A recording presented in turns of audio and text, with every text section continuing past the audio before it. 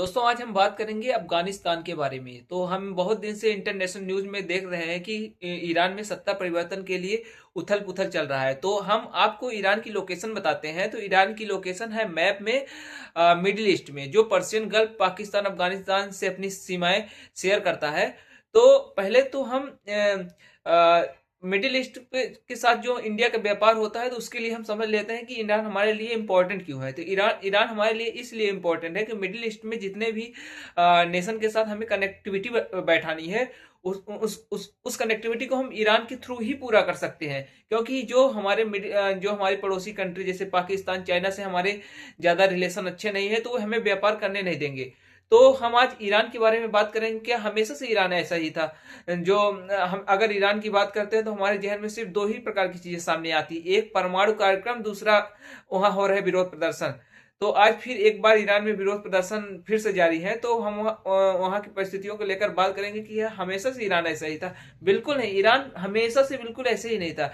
1779 के पहले हम देखते हैं कि ईरान में पश्चिमी देशों के ज्यादा नजदीक नजर आता है। तो हमें पश्चिमी देशों जैसे वहां पे जो फ्रीडम, लिबर्टी एंड इक्वलिटी की जो बात पश्चिमी देश करते हैं, तो वो सारी चीजें हमको दिखाई देती है। वुमेन्स राइट्स को लेकर बहुत सारी संस्थाएं वहां पे काम करती हैं। लेकिन 1779 के बाद हम देखते हैं कि एक इस्लामिक क्रांति के बाद ईरान को किस प्रकार सत्ता परिवर्तन का देखना पड़ता है और एक इस्लामिक सेंट्रिक नेशन के तौर पर ईरान स्थापित हो जाता है और अपने भी जितने भी मूल्य दायित्व है सबको इस्लाम के थ्रू रन करना, गवर्न करना शुरू कर देता है। तो उसके बाद हम देखते हैं कि उसके बाद पश्चिमी देशों के साथ इसके रिश्ते ज्यादा अच्छे नहीं रहते हैं। पश्चिमी देशों के साथ इसके अच्छे रिश्ते ना होने के कारण वही वुमेन के साथ injustice, child human rights, this kinds of things, many things होती हैं। तो आज हम फिर देख रहे हैं कि एक वही 1779 से पहले वाली क्रांति ईरान में फिर से स्टार्ट हुई है। तो हम देखते हैं कि आगे आने वाले दिनों में क्या होता है। तो भारत सरकार भी इस पर अपनी नजर बनाए हुए है कि अगर ज्यादा कन्फ्लिक्ट बढ़ता है तो हमें किस प्रकार का स्टैंड लेना है। तो ये सारी चीजें इंटरनेशनल चीजें होती है।